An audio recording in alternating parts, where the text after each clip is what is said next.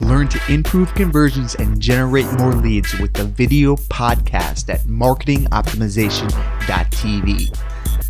Hi, and welcome to the Marketing Optimization Podcast with Alex Designs. I'm your host, Alex Harris, and today we're chatting with Noah Fleming. How you doing, Noah? I'm great, Alex. How are you? You wrote the best-selling book, Evergreen. And I like to ask my audience this particular question. What is your definition of optimization, and why is it beneficial? Well, my definition of optimization, in fact, the whole concept of Evergreen, I started out the book and I talk about this. It came in two areas. One, I was walking through a forest with my wife, and this big metaphor of the evergreen was staring me down in the face. But the second came from the first conference I was ever delivering a keynote at. And I went for 3 days to the conference before my keynote. And I sat in on a number of sessions, and they were all related to optimization, which was perfect. But what I found was that people were obsessed with optimization. They were obsessed with optimizing things like, should we send an email at 1020 or 1026? Should my font headlines be red or should they be blue? Should we use size 12 or size 14 font? Should I be on Twitter or should I be on Facebook? And all this is great, right? Constant improvement, optimization, doing things a little bit better. But my biggest issue was all these people were obsessed with optimization without first asking, do we have anything useful or relevant or even interesting to say in the first place? So that was the big sort of aha for me was, look, we're addicted to all this optimization stuff without even asking the very fundamental questions like, will this resonate with my clients? Does this interest my customers? And that was sort of the big eye-opener for me was, look, we got a little bit of a problem here. I mean, well, I think you put it in a great perspective, put in the cart before the horse. You understanding the customer is what optimization is all about. If you don't understand the customer, what their problem is, and then have a solution that's really beneficial to make their lives better, if you don't have a good product or a good experience or a good lifetime value proposition, it doesn't matter what you optimize. Those buttons and headlines, they're never going to work anyway. Well, and that's the key point, right? I mean, everybody starts with believing that optimization will solve all their problems. If they only know the right perfect time to send the email, the right day, the right subject line, then everything will be fine, right? Instead of asking the basic fundamental questions first, does this resonate with my customer or my ideal prospect, my ideal client? Will this be interesting to them? And those are sort of the things that I think we really need to get focused on before we focus on the nitty-gritty stuff. And I know you do this for a living, and you do the work, you do the hard part first. You do the research, you do the studies, you find out what it is that's really going to tweak people's interests, and then you're going to start optimizing. And so that's the key. We need to put optimization after the fundamental questions we need to answer. Now, in your book, Evergreen, you go into detail about this, really cultivating the customer loyalty that keeps your business thriving. And let's give people maybe a frame of, your book, how you kind of broke it down and what you go into. Sure. So if you think about an evergreen tree, an evergreen stays green all year long. It's lush, it's lively, it never loses its leaves. In the winter, they're still thriving, they're doing well. Where other trees, like deciduous trees, every year they drop their leaves. They fall off like dead leaves. And so there's this time of new growth and trying to put new leaves on the tree. Everything has to be right. The conditions have to be perfect. And so many companies are like deciduous trees. And some aren't even like deciduous trees. Some are like wilting, no-leaf, barren, shriveled up trees. And then you've got your evergreens, which are strong. So I wanted to figure out, what is the commonality here? What's the difference between a great company, one that really nurtures loyal customers? If you think about the advice that everybody in the marketing world has heard, they've heard the advice that it's far easier to keep an existing customer than it is to get a new one, or it's far cheaper to sell to your existing customers than to find a new one to sell to. I often say that I think that's the worst business advice in the world. And the reason it's the worst business advice in the world is because a lot of speakers, a lot of experts, a lot of people, they come out and they say that, but then they don't actually tell you, how do you do that? How do you actually nurture and cultivate that relationship? And so that's what Evergreen's all about. There's a big strategic framework that I provide in the first half of the book. And then the second half of the book is very tactical, so showing you very specific things you can do to maximize customer value and to really build and nurture those relationships. So can you give us a couple of examples of maybe, an example of how you created I guess it's storytelling, character, understanding the real you, maybe go into a little brief detail of some of that area. Sure. So I'll explain the first half of the book, which is really this overarching framework, which I call the 3 C's. I wanted to figure out, why is it that I was doing really well in the areas of retention and loyalty in my own business? And then I looked at my clients, and I also realized that they were doing really well. They had strong customer bases, they had these great relationships, but they were really maximizing the value of every client. So then I started to look, when I started researching the book, I looked at bigger organizations, the big guys like Apple and Amazon and the classic stories. And then I looked at companies in between. And I found all of these companies were doing 3 things really well. And I call them the 3 C's. There's character, content, and community. And so I'll explain those as brief as I can in our time here. But character is about you. Character is your story, your positioning, the way the world perceives you. So a great book in the marketing world, which anybody in marketing needs to read this book, it was called Positioning, released I think 30 years ago now.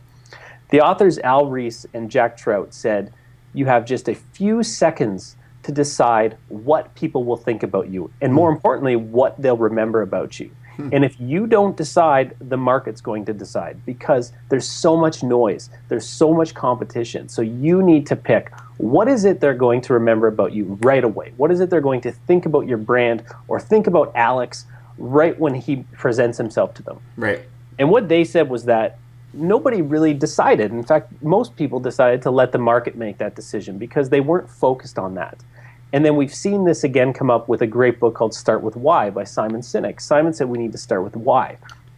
So the concept of character is really about taking your why and taking your positioning to a much deeper level. So I walk you through how to actually build that story, how to actually create an interesting character, whether you're a solopreneur like Alex or like Noah, myself, or whether you're a big company like Apple or Amazon. So I give examples across the board. So let me explain it very quickly. If I'm going to do business with Alex, and if Alex wants to retain me for a long time, you want to really develop that relationship, there's only so much product or service that Alex can give me. And so what Alex needs to be concerned about is making sure that I really connect with Alex. And so as a solopreneur, the character is really you, right? The character is getting people really interested in the story of Alex, being part of Alex's community, being part of Alex's world. That's where you want to get to. Now, big companies like Apple, the concept of character is far more entrenched in everything they do. But you know that Apple's not really about products. I mean, Apple is about a life-changing story that they've put out there, and they want the character of Apple to be seen as not a product company, but the company that changes the world. So they've got this greater, grand mission. Does that make sense to you, Alex? Yeah, absolutely. The overall, you have to have fulfillment in what you do. It has to be something more than just the money. Your understanding why is really your story. That's exactly it. So the best companies in the world, they all get that figured out. And again, what I've found is that this applies to solopreneurs. It applies to small to medium-sized companies.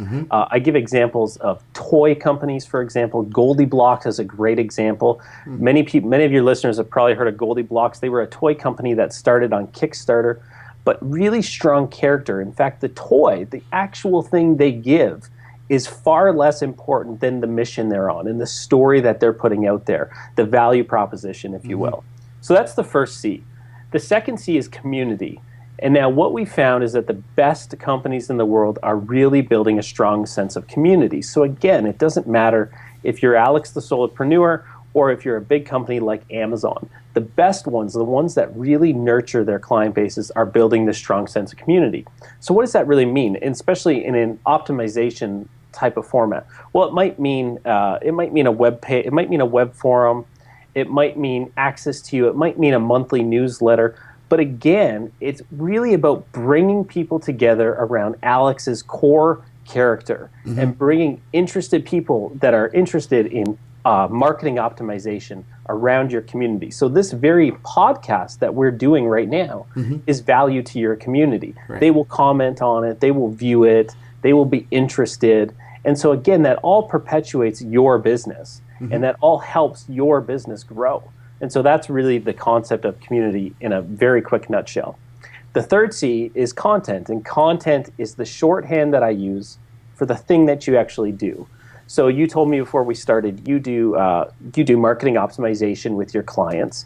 You help them with split testing, and you do the research, and so there's all tons of value there. That's really your core content. Right. The key is that your other C's, your character and your community, really need to prop that up, because the thing that you give is not enough to keep somebody for years and years at a time. It's not enough to keep them engaged for life. And I say that with all great respect, but it's true with me, it's true with you, it's true with everybody, that the thing we give is usually not enough. We need to capture their attention, capture their hearts, capture their minds in a much deeper, more emotionally engaging way. Man. Yeah, it's I find it really interesting because as I've done conversion-focused website design for so long, I've always done direct marketing, and we've always wrote out like the customer journey, figuring out what's going on in their mind, and then using data to analyze like the user experience. And it's great to hear your perspective of what we call like persona modeling and the voice of the customer to understand how to make their lives better through our own websites, our website design, and our marketing material. But as consultants ourselves, it's hard sometimes to even market our own businesses. And we have to do this for ourselves, write out our own customer journeys. And what I really liked about in the book is that how you really go into articulating the real you, understanding how people empathize with your stories. Because people like to work with me. And yeah, I know that. I have a team of subcontractors. But in the end, they want to do work with me. Well, and that's you. That's the character, and that's the character of your brand. So it doesn't matter how big your brand grows. You might, a $5 to $10 million company. You might be right now. I don't know. But whatever the size of your company gets, you're still going to have people that are attracted because of Alex. They want to work with Alex. And as a solopreneur, as somebody like us, it becomes far more important because access can increase fees. Access is intimacy. Access is working directly with Alex. So that's a really interesting thing for consultants and solo professionals, is that the more you build the character and the more that becomes the thing that people want, you know what, you can work with Alex's firm and it's going to cost this. But most people are going to say, no, I want to work directly with Alex, right? Get me Alex. And so that's the concept of character for us. And so articulating that into your marketing, into your blog posts, into the content you create is so important. Becoming the expert, becoming the thought leader, becoming the true, the guy in marketing optimization. That's where we need to get. Yeah, and and to flip the coin, whether you have a company, an e-commerce site, a small business, to be able to understand all the different personas that are coming up, or not only the demographics, the male versus female, their income levels, but really what's going on for their triggers to happen in their mind, for them to go to Google and type in some particular query to get to your landing page, and then to understand your audience so well that you can design that landing page and market it to them for that specific need, to answer that query that they came from Google, to have that message match. How do you take this concept of storytelling and articulating the concept and then put that actually into your marketing material? Well, one thing which is really important, you talked about landing pages and tailoring the message. The big issue that I find from an optimization standpoint is that people are trying to do that for everyone. So we're trying to build a bucket to capture every single person. Yeah. And that might drive some dollars into your business. That might drive some dollars into the bucket, but it's not what's going to build that loyal fan base, those legions of loyal followers, because they're never going to get to that next step. Right. So it's far more valuable to do that work up front and figure out, okay, who really wants to do business with us? What is the profile of our best customers right now, and design and work at attracting those people, because those are the ones that are going to fit the lifetime value profile. They're the ones that are going to become really valuable customers over the long haul. Yeah. But trying to build something for everyone, it's just it's a hamster wheel that as optimizers, as people that are trying to get better at marketing, we can't keep up with all the different ways or the different people or the different buckets that we've got to create. So I hope that answers your question. Yeah, no, absolutely. It's, because if you market to everybody, you're marketing to nobody. And I deal with this a lot with my lead generation B2B clients. They want to get a lot of leads, but they only want quality leads. So you have to kind of pick and choose where you spend the right time or effort. If you create a Facebook marketing campaign to generate a quantity of leads, they're probably going to be a little bit less quality. But that may turn into a nurture campaign through your email marketing, and that eventually turns into a long-term value. So depending on what you sell, your funnels are probably going to be different. But what I really think has changed with the web is that you can now segment your audience based on where you kind of think they fit in your funnel. What is the ideal map for them to get to your site to fill that need in those different quality perspectives? Is that something you kind of deal with, bringing in different personas to different funnels to get the right problem solved? Sure. So I help my clients. We call them personas, avatars. I use the language of archetypes in the book. So different character archetypes. But I do that looking back at our existing base. And so if you're a new company, it's a little bit more difficult because you don't have that data. But looking at your existing base and really deciphering what is the makeup here of the people already doing business with us. You mentioned leads. The problem with too many leads, in my opinion, is leads are worthless. Leads are worthless unless we take them to happy ever after. And too many of us believe that once we've got the lead, we close the sale, now we move on. And so you said it, right? Your B2B clients just want more leads. They just want to throw leads into it, right? Leads are worthless. What's really key is taking one person from lead to prospect to sale to everything that comes after, as I said, happily ever after. Yeah. And so you want to be able to nurture them. You want to be able to segment them. You want to be able to know that they're only interested in this sort of product. So ongoing marketing communication is tailored to them. It's more effective. That's how you optimize.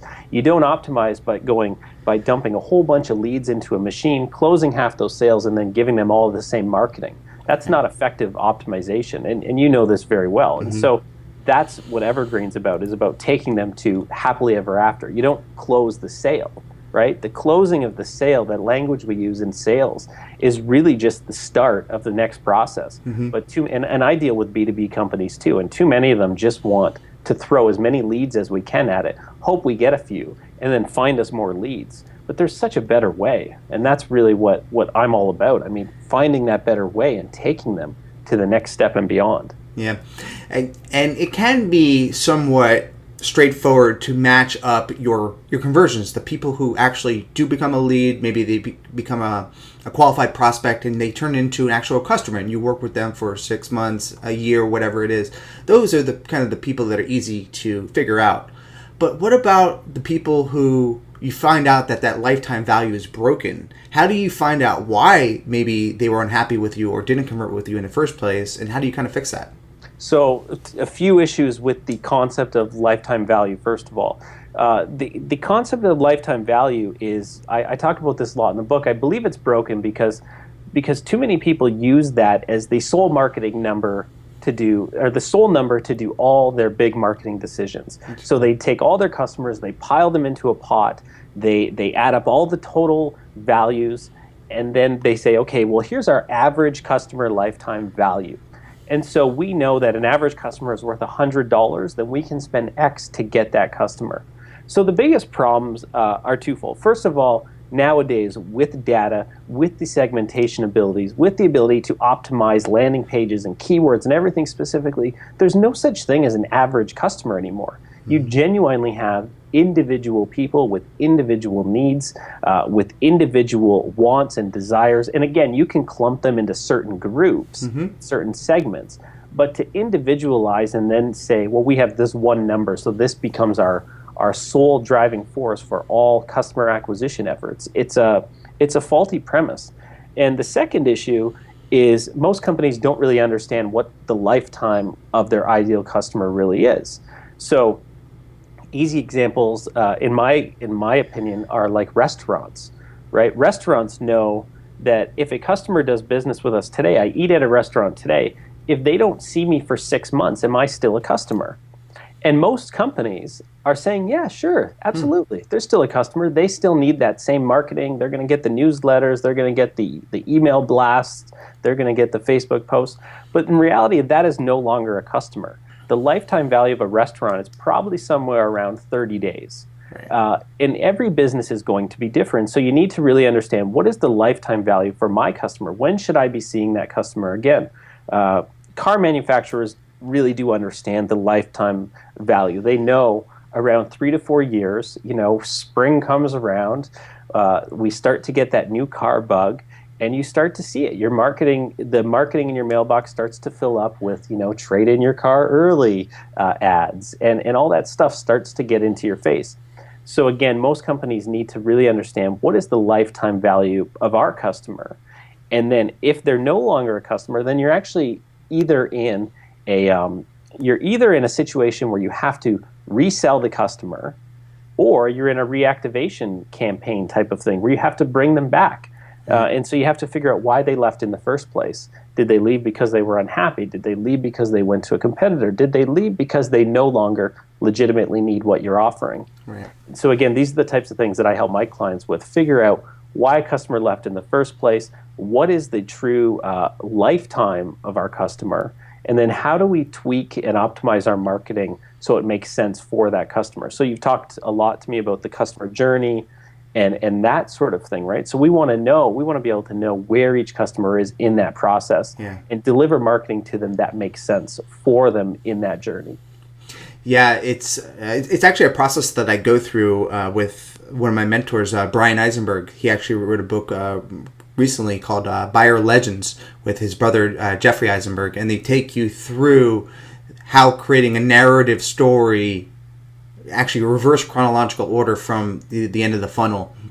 And it's actually really interesting. I just heard Brian speak about it at a recent conversion conference, but that's buyerlegends.com if anybody wants to check that out. But it's all about architecting each different persona in their own way and understanding that pre-mortem, what happens in their mind before they actually go into your funnel. And it's based on what Jeff Bezos does with his marketing team. If you were to do something for Amazon, let's say you wanted to come up with a new Kindle, the first thing you have to do is write a press release about that product before the product's even created. Then you have to write a 6-page narrative story around using that product. And this process, Buyer Legends, is kind of based on that. Instead of just creating the product, you're creating this narrative story about the customer experience to begin with. Yeah, it's another great example. And in Evergreen, I talk about, I believe it's Jeffrey Moore who wrote Crossing the Chasm, and he talks about the concept of the straw man. And he worked with some companies. And what they say to look at, especially from an optimization standpoint, is a day in the life before using product X and a day in the life after. And what does that look like? What changes there? What changes with that person?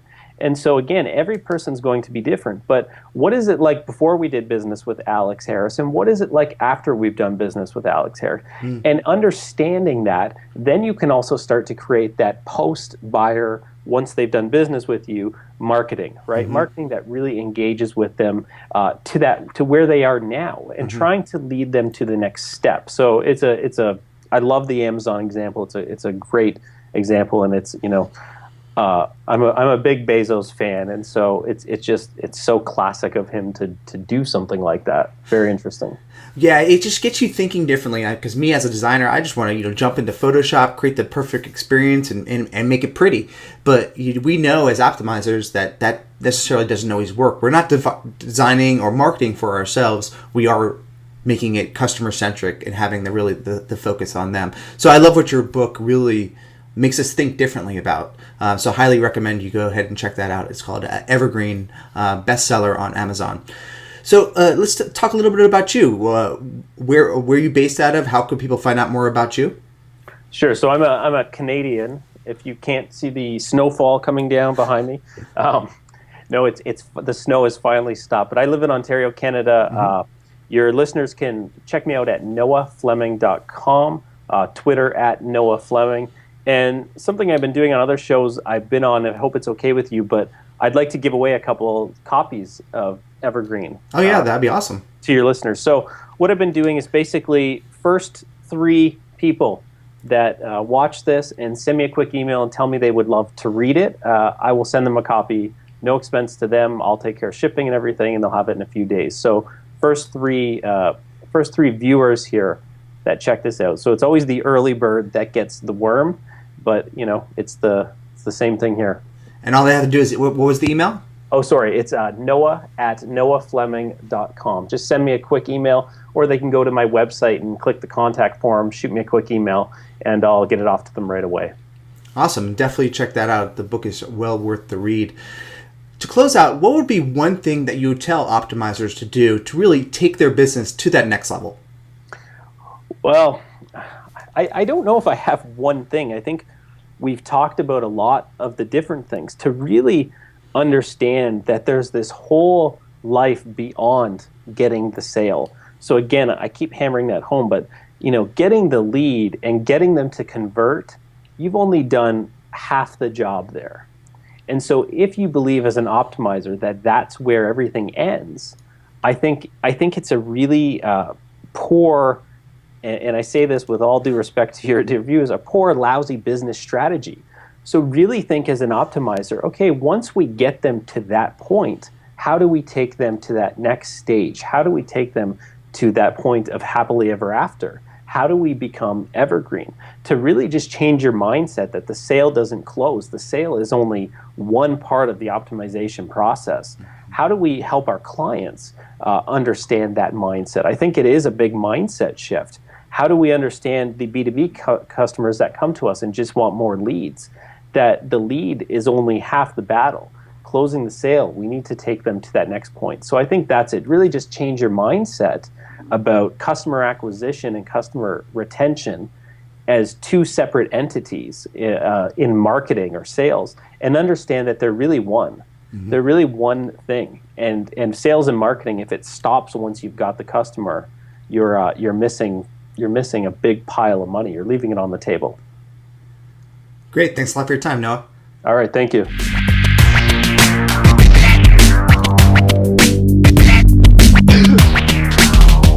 Thank you for watching the Marketing Optimization Podcast with Alex Designs. Please remember to subscribe to all the videos in my YouTube channel. Thank you.